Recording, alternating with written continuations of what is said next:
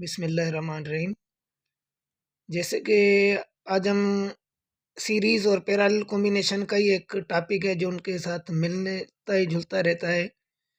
तो उस टॉपिक का नाम है पावर डिसिपेशन। तो पावर डिसिपेशन सीरीज़ और पैरेलल कॉम्बिनेशन में हम कहते हैं एक कॉम्बिनेशन के अंदर रेजिस्टेंस बढ़ती है तो करंट यानी ज़ाया हो जाता है, और सीरीज़ पैरेलल कॉम्बिनेशन में रेजिस्टेंस कम होती है यानी उसमें करंट का इतना ज़ाया नहीं होता है। तो उसको प्रूव करने के लिए एक फिनोमिनन आ जाता है, वो होता है पावर डिसिपेशन का मतलब कि किन हालत में पावर जो डिसिपेट होता है किन में नहीं होता है। तो डेफिनेटली पावर डिसिपेशन का मतलब होता है पावर का या करंट का ज़ाया हो जाना। जैसे कि हम कपड़े आयरन के थ्रू जब इस्त्री करते हैं तो जब वो कपड़े जला देती है, ये क्यों होता है कि जो करंट है वो इलेक्ट्रिकल एनर्जी जो हीट एनर्जी में कन्वर्ट हो जाती है। तो ये है करंट का ज़ाया हो जाना। तो जैसे मैंने इधर थ्योरी में भी लिखा है, देख, when electrical energy convert into heat energy is called power dissipation. तो हमने मैकेनिक्स में भी पावर का फार्मूला पढ़ा था, तो वो फार्मूला था P is equal to W upon T. यहाँ पर मतलब ये है कि माना ये पावर हमने का फार्मूला होता है P अपॉन टी। जैसे क्या है हमने इलेक्ट्रोस्टैटिक्स में पढ़ा है वोल्ट। वोल्ट का मतलब होता है वर्क डन पर चार्ज। तो यहीं से मैं जो वोल्ट की इक्वेशन फाइंड करूंगा तो चार्ज यहाँ पर डिवाइड हो रहा है, वहां जाके क्या करेगा, मल्टीप्लाई। तो ये बन जाएगा V multiply Q is equal to W. तो ये इक्वेशन नंबर फर्स्ट थी, ये सेकंड, ये थर्ड। अब ये जो थर्ड इक्वेशन की वैल्यू जो मैं पुट करूंगा फर्स्ट में, तो क्या करूंगा, तो P का P यहाँ पर W है, तो W की वैल्यू किसके बराबर, V मल्टीप्लाई Q। तो यहाँ पर पुट करूंगा V मल्टीप्लाई Q और साथ में ये T। तो ये फार्मूला बन गया P is equal to V multiply Q upon में T। हमें ये पता है कि यहाँ पर आप देख रहे हैं ये Q अपान T, इसको मैंने सेपरेट करके लिखा है। Q अपान T हमें पता है charge upon time is equal to current. तो अब हम दूसरी इक्वेशन बनाएंगे तो P, तो ये Q अपान टी किसके बराबर है, आई के यानी करंट के मल्टीप्लाई V। तो ये हमें फार्मूला मिल गया पावर डिसिपेशन का। जब किसी भी कंडक्टर में करंट पास होता है तो उस वक्त जो करंट डिसिपेशन होता है वायर के अंदर, तो उसका ये फार्मूला है। तो याद रखो जो पावर डिसिपेशन है ये डायरेक्टली प्रोपोर्शनल करंट के साथ है, यानी जितना करंट ज़्यादा उतना पावर ज़्यादा डिसिपेट होगा।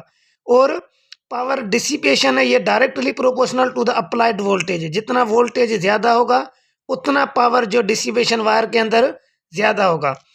अच्छा, पहले मैंने आपको अब लोगों को ये बताया कि भाई अगर करंट होता है वो रेजिस्टेंस की वजह से डिसिपेट होता है।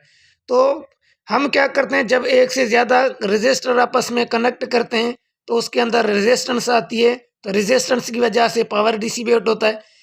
सबसे पहले हम पावर डिसिपेशन देखेंगे सीरीज कॉम्बिनेशन में। ठीक है, तो सीरीज कॉम्बिनेशन में हम क्या करते हैं, जो रेजिस्टर जितने होते हैं हम उसको सीरीज में लगाते हैं। जैसे कि यहाँ पर मैंने लिखा है R1, R2, R3।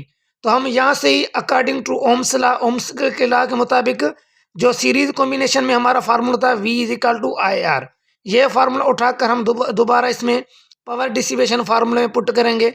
जो फार्मूला था P is equal to V multiply I, ये हम वोल्ट की वैल्यू उठाकर हम इसमें पुट करेंगे। तो भाई V की जगह पर हम रखेंगे IR और साथ में ये क्वेश्चन वाला I सेम।